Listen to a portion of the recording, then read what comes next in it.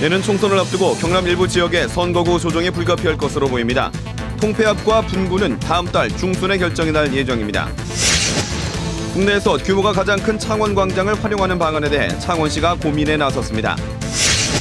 통영시가 수십억 원대 거리 청소 계약을 맺는 과정에서 규정을 위반해 수의 계약을 맺은 사실이 드러나 문제가 되고 있습니다. 지난해 전국에서 화재 출동이 두 번째로 많은 김해시에 소방서가 추가로 문을 열었지만 청사도 없고 인력도 부족한 것으로 나타났습니다.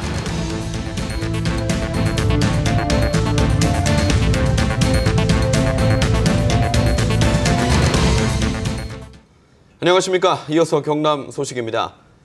내년 총선 경남의 일부 지역에 선거구 조정이 불가피해 보입니다. 최종 결론은 다음 달 중순쯤에 날 예정입니다. 송현준 기자가 보도합니다. 거창, 함양, 산청 국회의원 선거구가 내년 총선에서 유지되기 어려워 보입니다. 현행 국회의원 선거구 획정이 헌법에 어긋난다는 헌법재판소의 결정으로 선거구 조정획정위원회가 인구 기준을 지난달 말 기준으로 결정했기 때문입니다. 거창과 함양, 산청 선거구의 지난달 말 인구는 13만 9,437명으로 인구 하한선 13만 9,473명보다 36명이 부족하게 됐습니다. 결국 인근 시군과의 통합을 통해서 조정이 예상됩니다. 또 한 지역구의 어떤 그 선거구 조정이 그다음 지역구에 영향을 미쳐서 연쇄적으로 선거구 조정이 되는 그런 문제라고 볼 수 있겠습니다. 반면 김해시의 선거구는 31만 2,131명, 양산시는 29만 7,083명으로 인구 상한선인 27만 8,944명을 넘어 조정이 필요합니다. 김해시을은 김해갑과 경계를 조정해 해결할 수 있지만 양산 선거구는 갑과 을로 분구될 것으로 보입니다. 하지만 인구수를 기준으로 선거구를 획정할 경우에는 인구수가 적은 농어촌 지역은 국회의원 수가 줄어들 수밖에 없어 불만이 제기되고 있는 실정입니다. 우리 지역적인 대표성을 띈 우리 지역구 이웃마저 줄어든다면 우리 농민들은 더 이상 우리는 이 나라를 믿고 의지할 데는 없다고 생각합니다. 경남의 국회의원 선거구 조정은 국회의장에게 선거구 조정안이 제출되는 다음 달 13일 결정 날 예정입니다. KBS 뉴스 송현준입니다. 국내에서 가장 큰 규모인 창원광장, 상징적인 공간인데요. 어떻게 활용하는 게 좋을까요? 창원시가 고민을 시작했습니다. 시민 여러분들의 제안이 필요합니다. 오정호 기자가 보도합니다. 계획도시 창원의 상징과 같은 창원광장. 면적은 3만 5천여 제곱미터로 전국에서 가장 큰 원형 공간입니다. 서울시청 앞 서울광장보다 3배나 더 큽니다. 하지만 시민들이 창원광장에 가려면 폭 10m가 넘는 도로를 건너야 해 시민들과 사실상 분리된 공간이었습니다. 예전에 월드컵 때는 되게 활용도도 좋고 저기서 응원도 하고 좋았었는데 요즘에는 딱히 활용할 일도 없는 것 같고 개선이 좀 되면 좋을 것 같아요. 창원시가 활용도가 떨어지는 창원광장을 도심 관광의 랜드마크로 만들기 위한 방안을 모색하고 있습니다. 원형을 훼손시키지 않고 다양한 프로그램을 개발해 시민 친화형 광장으로 만든다는 계획입니다. 겨울철 서울광장처럼 야외 스케이트장을 개장하고 K-팝과 함께하는 세계 음식문화축제와 자전거 음악축제, 물총축제 등 다양한 구상이 나오고 있습니다. 봄에는 자전거와 음악이 함께하는 그런 축제를 개최하고 여름에는 물총축제와 영화상영 같은 것이 좋겠고요.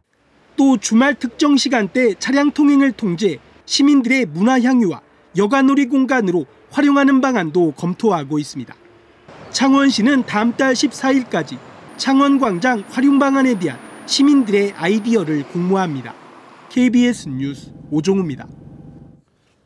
쓰레기 수거 업체들의 잇단 위법 행위로 통영시의 허술한 청소업체 관리가 도마 위에 올랐습니다. 그런데 이번에는 통영시가 수십억 원대 거리청소 계약을 맺는 과정에 규정을 위반하며 수의 계약을 맺은 사실이 드러났습니다. 김소영 기자가 취재했습니다. 통영시의 거리 청소 업무를 대행하고 있는 업체입니다. 지난 2011년 경쟁 입찰로 첫 계약을 맺은 뒤 매년 수의 계약으로 계약을 연장했습니다. 결정적인 어떤 문제가 발생이 됐을 때 당연히 내놔야 되고 뭐 임금을 갖다 떼먹었다든지 사기를 쳤다든지 그렇지 않은 상황에서는 저희들도 통영시가 거리청소 대행업체 2곳을 선정하는 과정에서 관련 규정을 위반한 사실이 경남도 감사에서 적발됐습니다. 지방계약법 등에 따라 경쟁 입찰로 업체를 선정해야 하지만 수의계약이 이뤄진 겁니다. 통영시의 거리청소와 재활용품 수집 운반 사업비는 모두 합쳐 한 해 약 40억 원. 경상남도는 규정을 위반한 수의계약으로 최소 11억 원이 넘는 통영시 예산이 낭비된 것으로 보고 있습니다. 그 지역에 업체가 한번 5개, 6개 시작하면은 당연히 그 지역 업체를 통해 가지고 경쟁을 한 게 맞죠. 통영시는 입찰 탈락에 따른 청소업체들의 불안 요소를 없애기 위해 수의 계약을 했다는 입장입니다. 고용 승계라든지 장비 확보 문제, 지역 특성상 수의 계약을 할 수밖에 없었습니다. 문제가 되자 뒤늦게 통영시는 내년부터 모든 청소업체 선정 방식을 공개 입찰로 바꾸겠다고 밝혔습니다. KBS 뉴스 김소영입니다. 지난해 전국에서 화재 출동이 2번째로 많은 소방서가 바로 김해 소방서였습니다. 이렇다 보니 최근 김해 서부 소방서가 추가로 문을 열었는데요. 그런데 정작 청사도 없고 인력도 부족한 실정입니다. 차주아 기자가 취재했습니다. 지난 7월 문을 연 김해 서부소방서입니다. 하지만 제대로 된 간판도 없이 펼침막만 하나 세워져 있습니다. 사실 이곳은 이전부터 있던 장유 119 안전센터. 소방서 문은 열었지만 청사가 없어 더부살이하고 있는 겁니다. 또 공간이 부족해 차고지를 개조해 사무실을 만드는 등 부서가 뿔뿔이 흩어진 상태입니다. 너무 비잡고 인원이 수용할 수가 딱 없습니다. 2개 있고 한 가는 지금 현재 현장 대응단이라고 지금 현재 기존 119 장유센터에. 하지만 청사 신축은 여전히 안개 속입니다. 소방서 터를 확보해야 할 김해시와 건축비를 댈 경남소방본부의 의견이 엇갈리고 있기 때문입니다. 장유가 인도 가다 보니까 그쪽에 좀 출동 문제가 많은데 3,400 하잖아요. 장유를 하게 되면 재정도 그렇지만 대신에 이제 승객도 다른 쪽으로 가는 거리가 좀 있고 하니까. 게다가 소방서마다 갖추는 구조대도 아직 없는 데다 인원도 정원보다 10여 명 적습니다. 급한 대로 소방서 문은 열었지만 시설과 인원 어느 하나도 제대로 꾸리지 못한 겁니다. 소방 대상물이 65%를 차지하고 있고 소방 전체 민원의 처리 건수도 60%를 차지하고 있습니다. 우리 시민 안전에 관련된 행정은 하루빨리 시정되어야. 시설과 인원도 없이 소방서 문만 열면서 생색내기에 그치지 않을지 우려가 커지고 있습니다. KBS 뉴스 차주아입니다. 사천시가 한국항공우주산업 카이와의 협력 관계를 중단하겠다고 선언했습니다. 카이가 우주탐사 연구개발센터를 진주시에 설치한다는 소식에 반발해서 나온 결정인데요. 항공정비 MRO 사업 유치에도 차질이 빚어지지 않을지 우려되고 있습니다. 최세진 기자가 보도합니다. 사천시가 지역에 본사를 둔 한국항공우주산업 카이와 협력 관계를 중단하겠다고 돌연 선언했습니다. 최근 논란이 되고 있는 우주탐사 연구개발센터의 진주 설치 때문입니다. 카이와 진주시는 우주탐사 연구개발센터 설치에 관한 양해각서를 맺을 예정이었습니다. 하지만 사천시는 카이가 양해각서 체결에 대해 사전 협의가 없었다고 반발하고 있습니다. 연구개발센터의 생산시설까지 들어선다면 직원 5,000명이 일하는 대규모 산업기지를 진주시에 빼앗긴다는 것입니다. 카이하고는 일단 협력관계를 잠정 중단한다라고 통보를 했습니다. 이에 대해 카이는 우주탐사 연구개발센터 설치는 카이의 의도가 아니고 생산시설도 들어서지 않는다고 밝혔습니다. 우주탐사 연구개발센터는 당초 대전에 설치될 예정으로 정부와 국회에서 삭감된 예산을 살리는 대신 진주시에서 터 제공을 하는 등의 지원 조건을 제시해 추진된 것이라고 밝혔습니다. 만약에 이제 대전 가버리면 우리 직원들 다 넘어가 버려야 돼, 그쪽으로. 대전으로. 대전에 생기게 되면 결국 사천에 있는 인원들이 다시 대전으로 다 빠져나가는. 특히 이번 주 MRO 사업 계획서를 국토교통부에 제출할 예정이었던 카이로서는 사천시의 협력 중단이 더 뼈아플 수밖에 없습니다. MRO 유치를 위해 협력을 강화해야 할 시기에 양 기관의 갈등이 자칫 사업 추진에 걸림돌이 되지 않을지 우려되고 있습니다. KBS 뉴스 최세진입니다.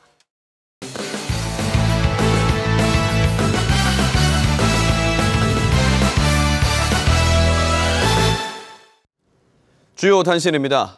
경상남도가 내년도 국비를 확보한 항공과 해양, 로봇 관련 사업에 국비 지원이 탄력을 받게 됐습니다.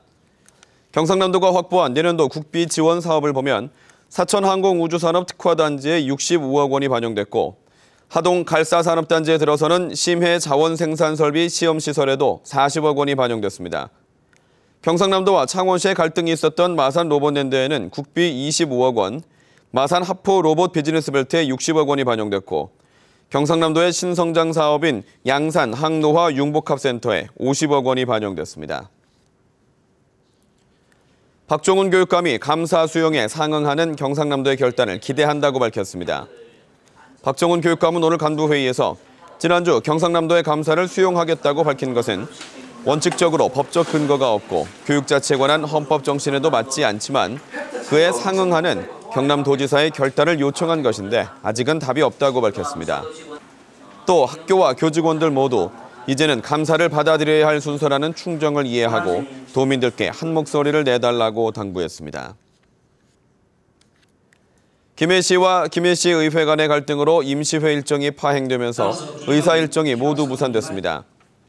김해시 의회는 지난 11일 임시회를 열고 서민자녀 교육지원 조례 등 8건의 조례안과 결의안을 처리할 예정이었지만 시의원들이 김맹곤 시장 측근 인사 의혹 제기에 대해 김 시장이 의회 출석을 하지 않으면서 산회됐습니다.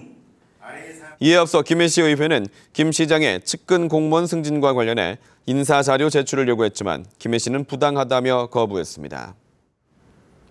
통영 앞바다에서 낚시객 12명을 태운 낚시어선이 폐염항에 걸려 표류하다 해경에 의해 긴급 구조됐습니다. 통영해양경비안전선은 어제 오후 5시쯤 통영시 한산면 인근 해상에서 낚시객 12명을 태우고 항해 중이던 9.77톤 낚시어선이 표류하다 긴급 구조됐다고 밝혔습니다. 해경은 폐염항에 걸린 낚시어선은 오늘 자정쯤 거제시 다대항으로 예인 조치했다고 밝혔습니다. 경남 지역 민자 사업에서 최소 운영 수입 보장으로 지출된 재정이 1,600억 원에 달했습니다. 기획재정부의 국정감사 자료를 보면 민자 사업의 최소 운영 수입 보장으로 2002년부터 지난해까지 부산 김해 경전철에는 660억 원, 마창대교에 570억 원이 지급됐습니다. 또 부산 거제 연결도로, 즉 거가대로 사업에도 380억 원이 지급돼 경남 지역 민자 사업으로 지출된 재정만 1,600억 원에 이르는 것으로 나타났습니다. 경남 지역 초중고등학교의 절반 가까이가 40년 이상 된 건물을 사용하는 것으로 나타났습니다. 한국교육개발원 국정감사 자료를 보면 경남 초중고등학교 950곳 가운데 42%인 400개 학교가 40년이 넘은 건물을 사용하고 있는 것으로 나타났습니다.